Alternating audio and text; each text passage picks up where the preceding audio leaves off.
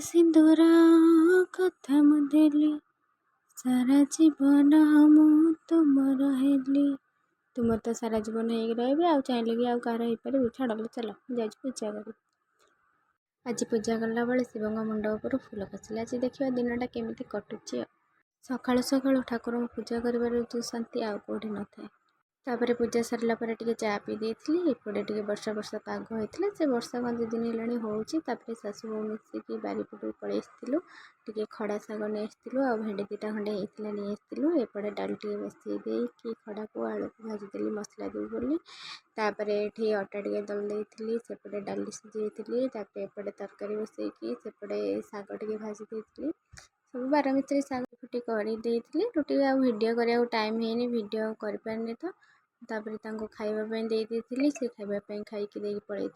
तापर मुझे सिलाई करदेली। ये मोर सकाळ टाइम मिनी पक डिजाइन गुड़ा जब आप भल लगे कमेंट करेंगे। रही नमस्कार।